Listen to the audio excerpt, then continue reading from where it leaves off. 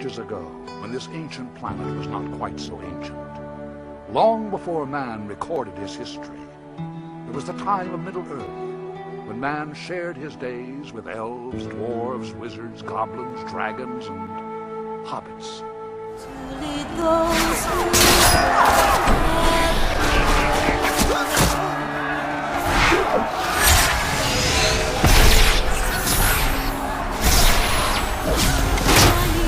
the land's light of justice.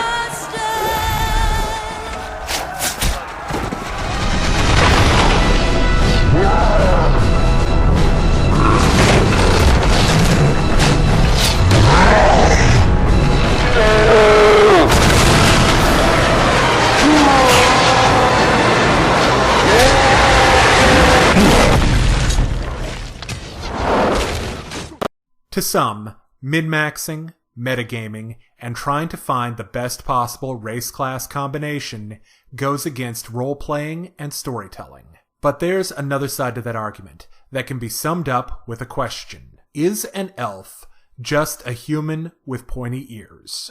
In some MMOs, yeah, that's the only meaningful difference. But, rooted as it is in mythology and decades of fantasy writing, D&D and by extension Pathfinder have really developed what it means to be an elf, or a dwarf, or a goblin. And even if your intention is to break the mold, knowing the different ancestries in Pathfinder 2 and how they differentiate themselves and their strengths and weaknesses will really help you get the most out of your next character. In the Pathfinder 2 core rulebook, you have 6 ancestry options: dwarf, elf, goblin, gnome, halfling, and human. Now, through human, you can get half-orc and half-elf. But before we get into the specifics on any of these ancestries, I want to give you the general details that all of them share. First off, HP. This is the amount of HP your ancestry contributes to the HP pool you have at level 1. Next, there's size. You'll be either medium or small. Then there's speed. This is the speed you can move in a movement action. Next up, ability boosts and flaws. This is how your ancestry changes your ability scores. Then there's languages. These are the languages available to you at character creation. You get bonus languages equal to your intelligence modifier. This is determined both by your ancestry itself and by the region that you're in. Next, there are traits. These don't really have any mechanical impact, but they do help determine the effect of certain spells, effects, and conditions. Then there are special abilities. This is some sort of trait like dark vision that are shared by all members of your ancestry. Then there's heritage. This is a subgroup of your ancestry, and it will provide you certain bonuses. Finally, there are Ancestry Feats. These are special feats available to your ancestry at 1st level, 5th level, 9th level, 13th level, and 17th level. Now that you know the generalities, let's get into specifics, starting with the dwarf. Your dwarf ancestry contributes 10 HP. You are size medium. You have a speed of 20 feet. With your ability scores, you get a +2 to wisdom, a +2 to constitution. You have 1 free +2 bonus to put where you choose, and a -2 to charisma. The starting languages for dwarf are common and dwarven. If you have a positive intelligence modifier, you can choose from gnomish, goblin, jotun, orcish, terran, undercommon, and any language available in your region. And dwarves have the dark vision special ability. Alright, now let's go over some heritage options for the dwarf. First up, Ancient Blooded. You can call on Ancient Blood as a reaction. This allows you to add a +1 to the save against a magical effect that you have not rolled the save for yet. Death Warden. If you roll a successful save against a necromancy effect, you get a critical success instead. Next, Forge Dwarf. You get fire resistance equal to half your level, and treat heat effects as 1 step lower. As an example, Incredible Heat becomes Extreme Heat. You could also go with Rock Dwarf. You get a +2 to Fortitude and Reflex saves against any shove or trip. This does include spells. Also, if you're moved 10 feet or more, you're only moved half of that. Finally, there's Strong-Blooded. You get poison resistance equal to half your level. Also, each save against poison decreases its effective stage by 2 steps instead of 1. Some ancestry feats to consider for the Dwarf. Dwarven Weapon Familiarity. You are trained in battle axes, picks, and warhammers. You also get access to all uncommon Dwarven weapons. Martial Dwarven weapons are treated as simple, and advanced Dwarven weapons count as martial. You might also think about Unburdened Iron. This allows you to ignore the reduction to your speed from armor that you're wearing. Also, if your speed is reduced from another source, subtract 5 feet from that reduction. Dwarves are extremely hardy, what with the large bonus to their health pool at level 1 and the possibility of certain resistances.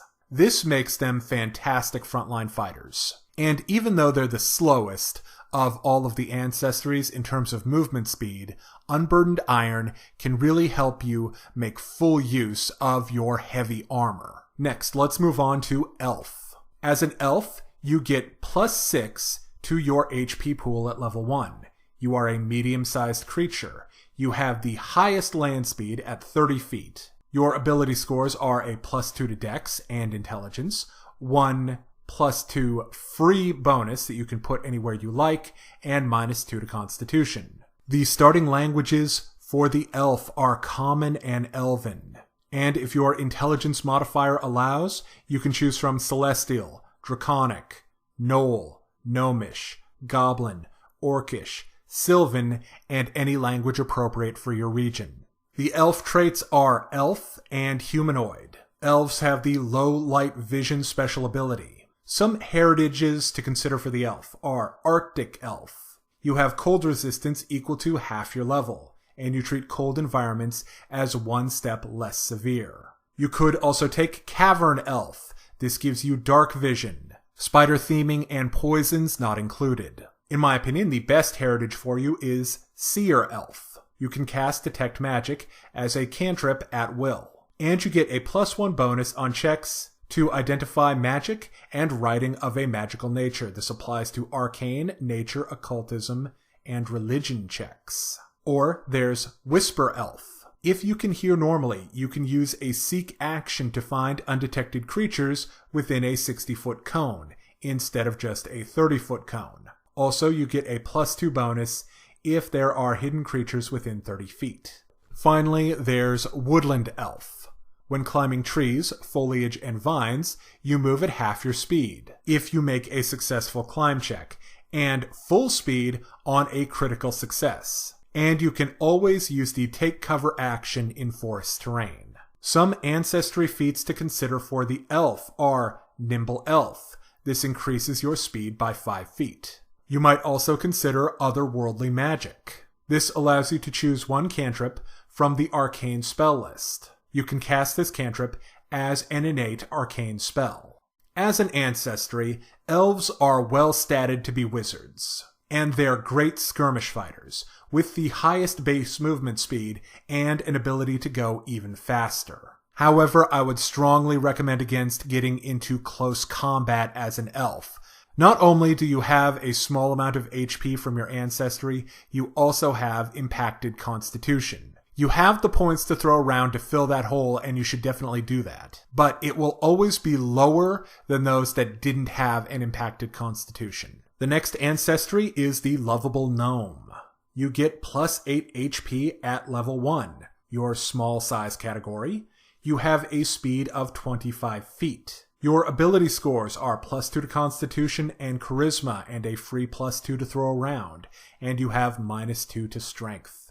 The starting languages for a gnome are Common, Gnomish, and Sylvan, and if your Intelligence modifier permits, you can choose from Draconic, Dwarven, Elven, Goblin, Jotun, Orcish, and any language available in your region. The gnome traits are Gnome and Humanoid. Gnomes have the Low Light special ability. Some gnomish heritages to think about are Chameleon Gnome. This is a very RP-centric idea. It allows you to change your coloration as you like. However, there is a mechanical benefit. As a standard action, you can blend with your surroundings, granting yourself a +2 to stealth, at least until your surroundings change. One of the best gnome options is Fey-Touched. You gain the Fey trait. You also gain a primal innate cantrip. Additionally, you can change this cantrip daily, giving you access to a whole bunch of useful spells. Another option is Sensate Gnome. This gives you the Scent special sense, and you can detect hidden creatures within 30 feet, with a +2 bonus to perception. If you're feeling edgy, you could go with Umbral Gnome. This gives you dark vision. Or for increased magical flexibility, Wellspring Gnome. This allows you to choose an arcane, divine, or occult cantrip.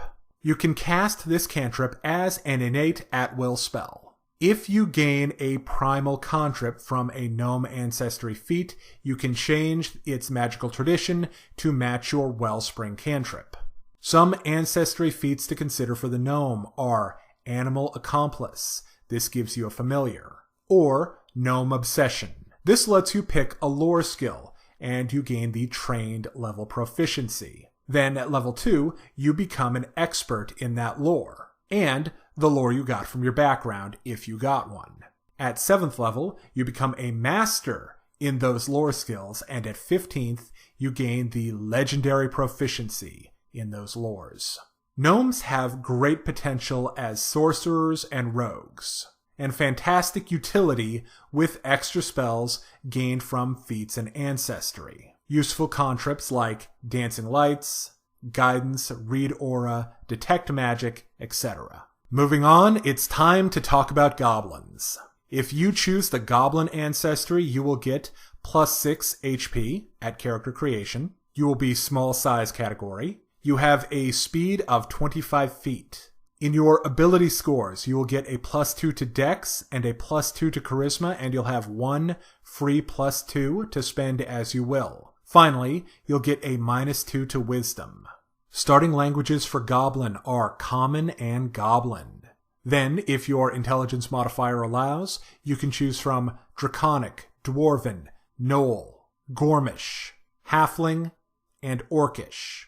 And obviously any language appropriate for your region. Goblins have the Goblin and Humanoid traits. Goblins also have the Dark Vision special ability. Now let's talk about the heritage that you have access to as a Goblin. Starting with Charhide. You have fire resistance equal to half your character level.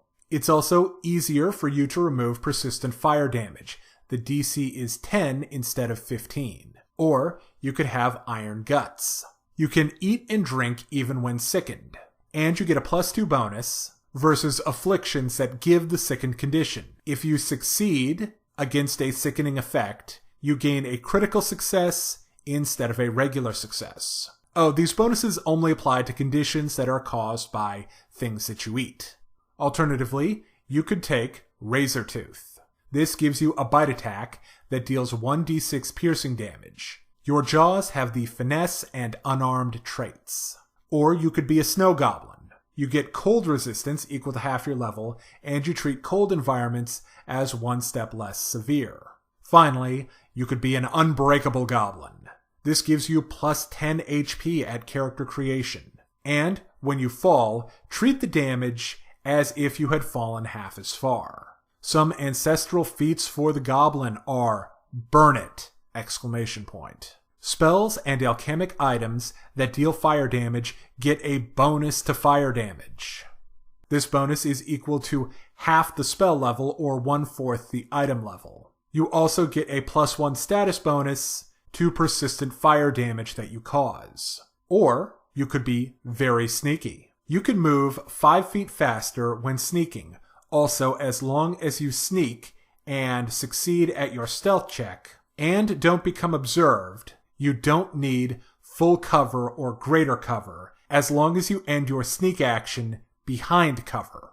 Goblin is a very versatile ancestry. You can be a fantastic frontline fighter with the increased durability and resistances, and you can be a great DPS caster, and even a pretty fun bard. Now on to Halfling. Halflings get plus 6 HP at level 1. They are small size category. A Halfling's speed is 25 feet. Your ability scores will receive a plus 2 bonus to Dex and Wisdom, 1 free plus 2 to spend as you like, and a minus 2 to Strength. The Halfling traits are Halfling and Humanoid. Starting languages for Halfling are Common and Halfling. And if you have the Intelligence modifier for it, you can choose from Dwarven, Elven, Gnomish, Goblin, and any region-appropriate language. Halflings have the Keen Eye special ability. This gives you a plus 2 to the Seek action to find hidden creatures within 30 feet. Also, when targeting a concealed creature, reduce the DC of the check to 3. And if targeting a hidden creature, reduce the DC to 9. The heritages for the Halfling are Gutsy. When you roll a save against an emotional effect, like fear, and you succeed, you get a critical success instead of a regular success. Or you could live the Shire life with Hillock. When you regain HP overnight, you add your level to the HP regenerated. Also, when anyone uses a medicine skill check on you to treat your wounds, you can eat a snack and add your level to the HP recovered. Or you could be Nomadic. You gain 2 additional languages, common or uncommon. And every time you take the multilingual feat, you gain an additional language. Another possibility is Twilight. You gain low light vision. Finally, there's Wildwood. You ignore difficult terrain from trees, foliage, and undergrowth. Some ancestry feats for the Halfling to consider are Distracting Shadows. You can use larger creatures, medium or larger, as cover for your sneak checks. Because really, there's nothing wrong with hiding behind the fighter. Or you could take Titan Slinger. When you hit on an attack with a sling against a large or larger creature, you increase the damage die by 1 step. For a regular sling, this goes from 1d6 to 1d8, and for a Halfling sling staff, it goes from 1d10 to 1d12. Halflings have very high potential for rogues. They get a lot of bonuses to concealment and stealth, and they're really good at perception and survival checks. They can be the eyes and ears of the party. Finally, there's good old human. Humans have plus 8 HP at first level. They are medium-sized creatures. Humans have a speed of 25 feet. As a human, you can add a plus 2 to any 2 ability scores that you like. The starting language for humans is Common. And if you have a high enough intelligence score, you can choose from the list of common languages and any available in your region. Humans have the Human trait and the Humanoid trait. Your heritage options are Skilled. You become trained in 1 skill of your choice. At 5th level, you become an expert in that skill. You could also take Versatile. You select 1 general feat of your choice that you're qualified for. Now here's where things get interesting. You could go with Half-Elf. This grants you the Elf trait and low light vision. You can also take Elf, Half-Elf, and Human ancestry feats. Alternatively, if you want to be big, muscly, and green, you could go with Half-Orc. You gain the Orc trait and low light vision. In addition, you can take Orc, Half-Orc, and Human ancestry feats. Some ancestry feats for humans to consider. Natural Ambition. You gain a 1st level class feat from your class. If you've elected to play as a half-elf, you could go with Supernatural Charm. You can cast a 1st level charm spell as an innate arcane spell 1 time per day. If you went with Half-Orc, you could go with Orc Ferocity. If you would be knocked out, but not outright killed, you can remain at 1 HP and keep fighting. You will, however, get the Wounded Condition 1. You can do this 1 time per day. Humans are obviously a great, well-rounded race and good for just about any class. And if you want to progress quickly, the extra feats from your heritage choices and your ancestry feats can really make that happen. Finally, if you want a more durable equivalent to an elf skirmish fighter, human half-elf might be the way to go. Now that you've had an overview of the ancestries available in the core rulebook, which are you most excited to play? And are there any that you would like to see brought over from Pathfinder 1? Let me know down in the comments. Now, if you're interested in more class analysis and strategy guides for Pathfinder, check out D6 Damage here on YouTube or BitChute. Also, if you want to take your game further, join the D6 Damage Discord, where we have fantastic discussions about strategy, DMing, character creation, and much, much more.